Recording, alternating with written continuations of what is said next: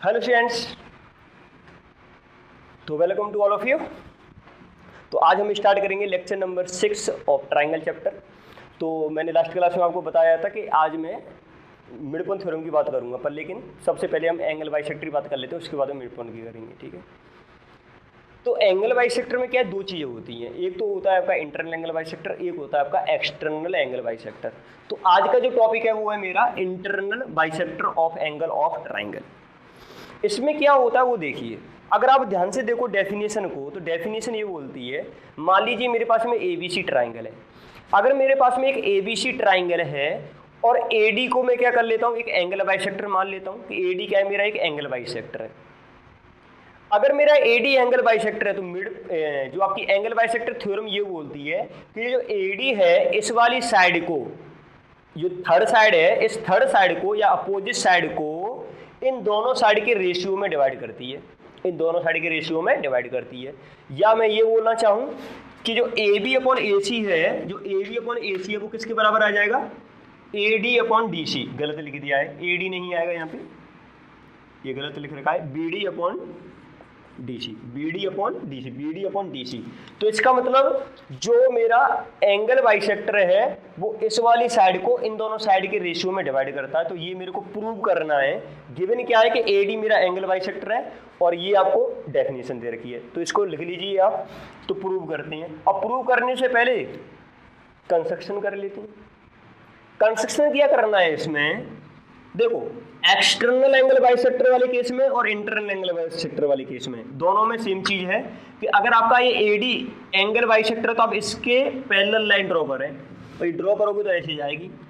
फिर क्या करें, आप BA को एक्सटेंड कर दें। BA को एक्सटेंड करोगे, मान लीजिए यहाँ पे कट कर दिया इसने, कोई भी पॉइंट मान लीजिए AP मान लीजिए इसको। ठीक है, तो आपने क्या किया, draw a line CP parallel to, construction में लिख लीजिए construction, draw a line CP parallel to AC। ठीक है, AC नहीं AD के पैरेलल। अगर मैंने CP है वो AD के पैरेलल ड्रॉ कर दी, ठीक है, और उसके बाद में क्या करना है, AB को एक्सटेंड करना है, जो कि कहाँ पे कट कर रही है, P पॉइंट पे कट कर रही है। ठीक है, तो draw a line AP parallel to CP parallel to AD and extend BA which intersect CP at point P। ठीक है, P पॉइंट पे इंटरसेक्ट कर रही है। चलो भाई, इतना काम बन गया हमारा। अब मेरे को जो प्रूव करना है वो AB अपॉन AC प्रूव करना है BD अपॉन DC के बराबर। अगर बच्चों ध्यान से देखो, एंगल 1 एंगल 2 तो ये हो गया। अगर मैं इसको एंगल 3 मान लूं और इसको एंगल 4 मान लूं, अगर मेरा AD PC के पैरेलल है तो क्या एंगल 2 एंगल 3 के बराबर आ जाएगा? क्यों आएगा, देखो आपने 9th क्लास में सीखा होगा, अगर ये लाइन इसके पैरेलल है तो ये एंगल इसके बराबर होता है भाई, है ना, ऑल्टरनेट एंगल, ये सुना होगा आपने।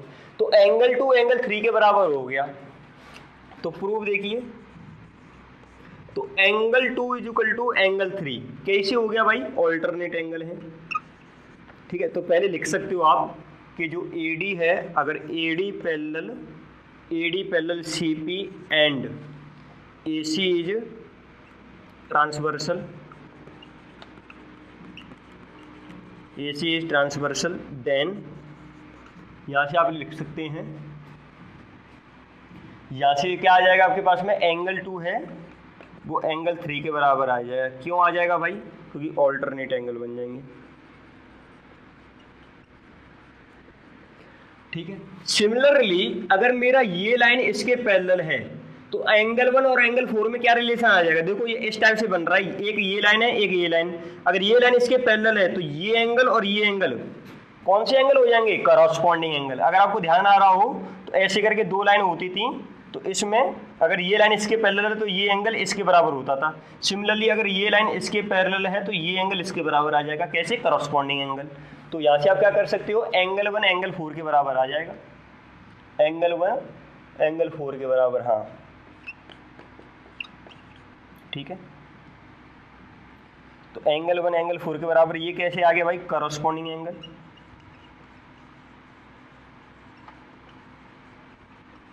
करस्पॉन्डिंग एंगल हो गए ये। अब ये देखो एंगल 1 एंगल 2 के बराबर होगा, है ना, ये क्या गिवन है, क्योंकि मेरा एडी क्या है, एंगल बाइसेक्टर, तो एंगल 1 एंगल 2 के बराबर हो जाएगा। ये क्या रीजन है, क्योंकि एडी क्या है, angle bisector, AD is angle bisector. चलो भाई ये तीन चीजें हमको पता पड़ गया, एंगल 1 एंगल 2 के बराबर है, एंगल 1 एंगल 4 के बराबर है, और एंगल 2 एंगल 3 के बराबर है। अगर एंगल 1 एंगल 2 के बराबर है, एंगल 2 एंगल 3 के बराबर है, तो यहाँ से एंगल 1 एंगल 3 के बराबर हो जाएगा। ऐसे ही एंगल 1 एंगल 4 के बराबर है, इसका मतलब ये सारे के सारे एंगल क्या है, बराबर है। अगर वो ये सारे एंगल बराबर है तो कहना ही राइट एंगल 3 एंगल 4 के बराबर है। और अगर ये दोनों एंगल बराबर हैं तो मेरा जो APC ट्राइंगल है वो क्या बन जाएगा, आइसोसेलेस ट्राइंगल, क्योंकि इसमें दो एंगल बराबर हैं। और इक्वल एंगल अगर है, उनके जो अपोजिट में जो साइड होती हैं वो क्या हो जाएंगी, बराबर हो जाएंगी। इसका मतलब मेरा जो AC है वो AP के बराबर हो जाएगा, ठीक है।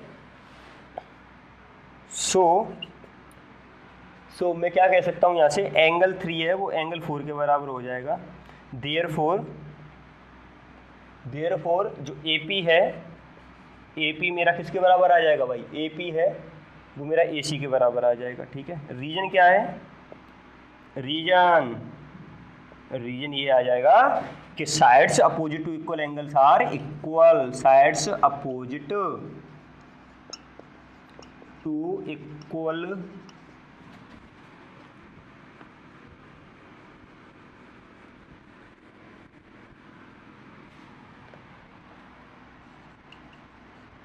इक्वल एंगल्स आर इक्वल, ठीक है। ये रीजन आ गया आपका। तो जो AP है वो मेरा AC के बराबर आ गया भाई, ठीक है। चलो अब देखिए, अब रेशियो की बात कर ली जाए। अगर मेरा AD PC के पैरेलल है तो ये ट्राइंगल है वो ऐसा बन जाएगा, कुछ ऐसा, ठीक है। AD और यहाँ पे P और यहाँ पे C और यहाँ पे B। तो अगर आप ध्यान से देखो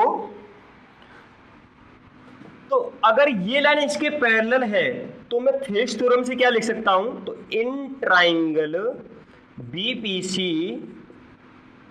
AD पैरेलल किसके है, PC के पैरेलल है। तो यहां से मैं ये लिख सकता हूं भाई कि जो AB है अपॉन जो AP है वो किसके बराबर हो जाएगा, BD अपॉन DC के बराबर हो जाएगा। ये किससे आ गया भाई, BPT थेस थ्योरम या बेसिक प्रोपोर्शनलिटी थ्योरम।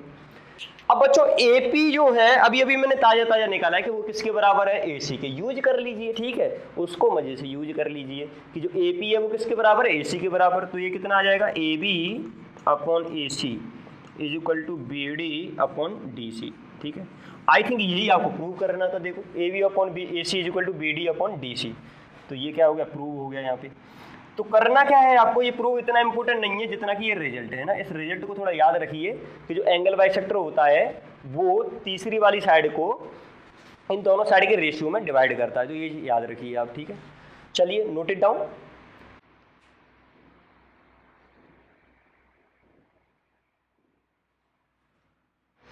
ओके, तो now next is external bisector of angle of triangle. External bisector of angle of triangle में क्या है, अगर ट्राइंगल ABC मान लीजिए मैंने ले लिया, तो आप देख रहे हो डेफिनेशन पूरा वही सेम है। External bisector of angle of triangle divides opposite side externally बोल दिया in the ratio of other two side, ठीक है। तो एक्सटर्नली बोला, उसका क्या मीनिंग है वो हम देख लेंगे, ठीक है। तो सबसे पहले डायग्राम देखिए। अगर मान लीजिए ABC ट्राइंगल है, ध्यान दें ABD ट्राइंगल नहीं है, क्या है ट्राइंगल, ABC।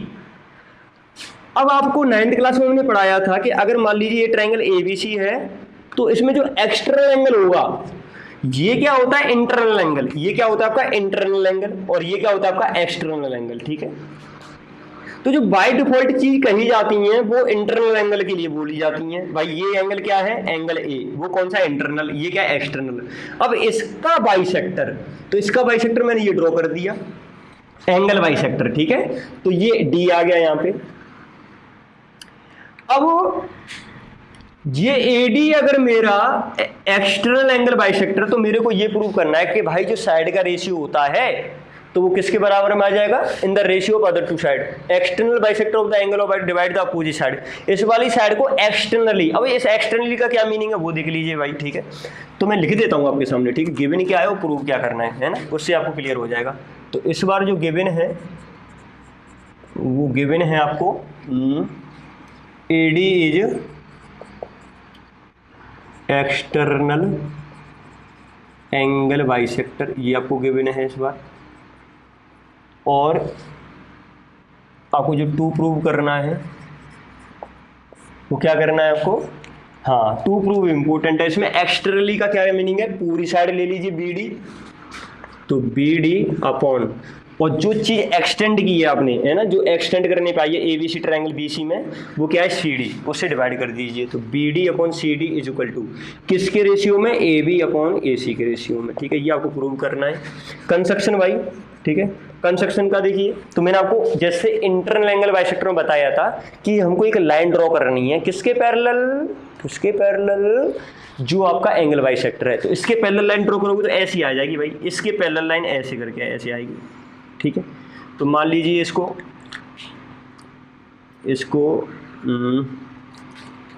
ABCP मान लीजिए, ठीक है। तो कंस्ट्रक्शन में आप क्या करें, draw a line PC parallel to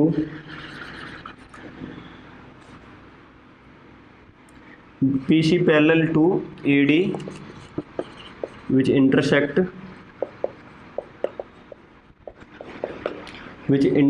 AB at P, ठीक है। चलिए भाई, अब इसका प्रूफ देखिए। तो प्रूफ जैसे इंटरनल एंगल बाइसेक्टर में किया था ऐसे यहाँ पे करने वाले हैं ना। और ध्यान से देखना, अगर ये लाइन इसके पैरेलल है तो इसमें जो मैं करने वाला हूँ वो क्या है वो देखिए। अगर ये लाइन इसके पैरेलल है तो अगर मैं एंगल 1 इसको मान लेता हूँ, ठीक है, और ऑल्टरनेट एंगल कहाँ पे बनेंगे बच्चों, अगर मान लीजिए इसको एंगल 2 मान लिया जाए, ठीक है। तो ये जो एंगल है इसको एंगल 1 ना माने भी, इसको मान लीजिए एंगल 1, ठीक। और अगर ये लाइन इसके पैरेलल है, इसको मान लीजिए आप एंगल 1, एंगल 2, एंगल 3 और एंगल 4, ठीक है, ऐसे करके मान लीजिए, ठीक। तो अब देखो ध्यान से, अगर ये लाइन इसके पैरेलल है तो एंगल 1 एंगल 2 के बराबर आ जाएगा, कैसे, ऑल्टरनेट एंगल, क्योंकि ये लाइन इसके पैरेलल है और मेरा AC क्या आ जाएगा, ट्रांसवर्सल। तो same as to internal angle bisector जैसे मैंने कराया था ऐसे ही इसमें प्रूव हो जाएगा। तो एंगल 1 एंगल 2 के बराबर आ जाएगा। वो कैसे आ जाएगा, क्योंकि मेरा पहले ये लिख लीजिए, क्या लिखें आप, जो CP है parallel to AD, CP parallel to AD and CP parallel to AD and AC is transversal. तो यहाँ से आप क्या लिख लीजिए, एंड AC इज ट्रांसवर्सल। तो यहाँ से आप क्या लिख सकते हैं कि जो एंगल 1 है वो एंगल 2 के बराबर आ जाएगा। कैसे आ जाएगा भाई, कैसे आ जाएगा भाई, ऑल्टरनेट एंगल। चलिए, अगर मेरा CP इसके पैरेलल है तो कैन आई से जो एंगल 3 है, देखो ध्यान से, ऐसे करके दूरबीन सी जो बन रही है, एक ये लाइन एक ये लाइन, ठीक है।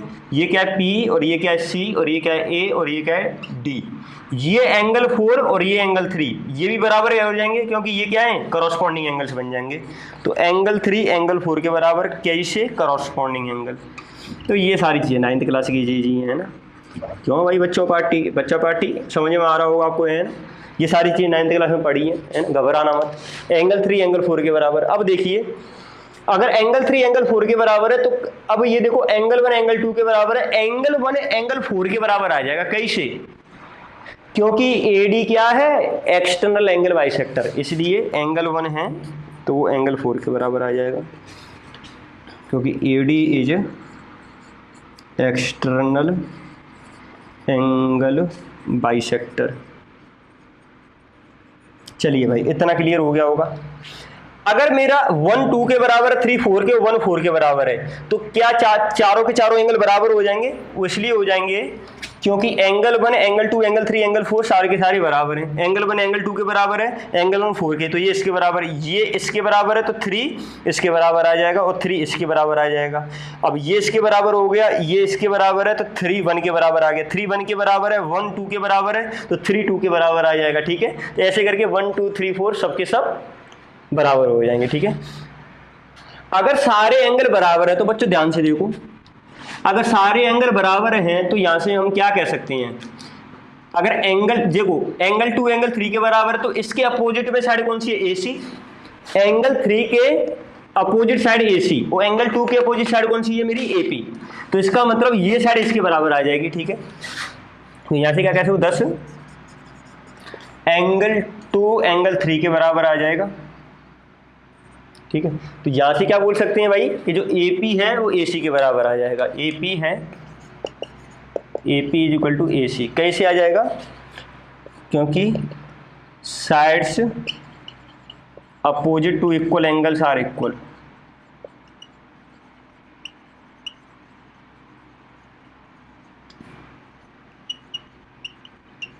ठीक है, तो AP is equal to AC आ गया।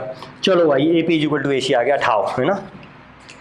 पर क्या हो क्या गया उससे, है ना, AP is equal to AC आ गया, क्या कर लिया हमने, कुछ नहीं कर पाए अभी तो, है ना। अब देखो ध्यान से भाई, अगर AP is equal to AC है, मेरे को प्रूव क्या करना है, प्रूव ये करना है AB अपॉन AC और BD अपॉन CD। दोनों भाई BD CD कहाँ पे हैं, तो BD CD ये रहा और BD ये रहा। तो ये सारी चीजें तो मेरे को कहाँ पे मिलेंगी, BAD ट्रायंगल में मिलेंगी, मिल रही है। ठीक है, अच्छी बात है। अब BAD ट्रायंगल में अगर ध्यान से देखोगे तो ये ट्रायंगल ऐसा बन रहा है भाई, ऐसे करके ऐसे, ये C और ये P लाइन किसके पैरेलल, A और D के पैरेलल आ जाएगी, है ना। जो PC लाइन है वो AD के पैरेलल ड्रॉ की थी हमने, और यहाँ पे B आ जाएगा। अगर आपको CD अपॉन BD चाहिए तो इसका मतलब ये जो CD अपॉन BD है वो किसके बराबर आ जाएगा, AP अपॉन AB के बराबर आ जाएगा। AP अपॉन AB के बराबर क्यों आएगा, क्योंकि मैंने आपको बताया था, क्योंकि अगर ये लाइन इसके पैरेलल है तो कन्वर्स और थ्योरम से आप क्या बोल सकते हो, CD upon BD is equal to AP upon AB। तो ये देखिए, कन्वर्स क्यों लगाओगे, अगर ये इसके पैरेलल तो थ्योरम लगेगा, है ना, कन्वर्स नहीं लगेगा। तो ये देखें ध्यान से, in triangle BAD, in triangle BAD क्या पैरेलल है बच्चों जी, PC है, जो PC है वो AD के पैरेलल है, जो ये PC है वो किसके पैरेलल है, AD के पैरेलल है। अगर ये PC AD के पैरेलल है तो यहां से आप क्या लिख पाओगे, देखो भाई ध्यान से, क्या लेके आना है आपको, AB लेके आना है, तो AB तो यहाँ पे मिलेगा आपको, AB मान लीजिए पूरा। ठीक है, तो पूरे में तो क्या मिल रहा है आपको, क्या चाहिए, BD चाहिए, तो BD मान लीजिए पूरा ले लिया आपने, BD अपॉन, और क्या चाहिए आपको, CD चाहिए, CD ले लीजिए भाई। अब देखो BD यहाँ से लेके यहाँ तक है, तो मैं यहाँ से लेके यहाँ तक ले लूंगा, इस वाली साइड में क्या लूंगा, B से लेके A तक, तो क्या आ जाएगा मेरा, AB आ जाएगा अपॉन, यहाँ पे मैंने CD लिया तो यहाँ पे क्या ले लूंगा मैं, AP, यहाँ पे क्या ले लूंगा, AP। अब बच्चों AP किसी के बराबर था, किसके बराबर, AC के बराबर, तो देखो वही रिजल्ट आ जाएगा आपका, BD upon CD is equal to AB upon AC। ठीक है, खत्म। ये आपको प्रूव करना था। तो ये जो प्रूव है इतने ज़्यादा इंपॉर्टेंट नहीं है, पर लेकिन पता होना चाहिए, एटलीस्ट रिजल्ट आपको पता होना चाहिए थोड़ा बहुत, है ना। ज़्यादा नहीं आता भाई CBSE में, पहले आपको बता दें। ठीक है, आपका थेस ज़्यादा इंपॉर्टेंट है, इसको कर लीजिएगा। ठीक है, इसके बेसिस पे कुछ क्वेश्चंस हैं, लेट्स सी। Okay, done.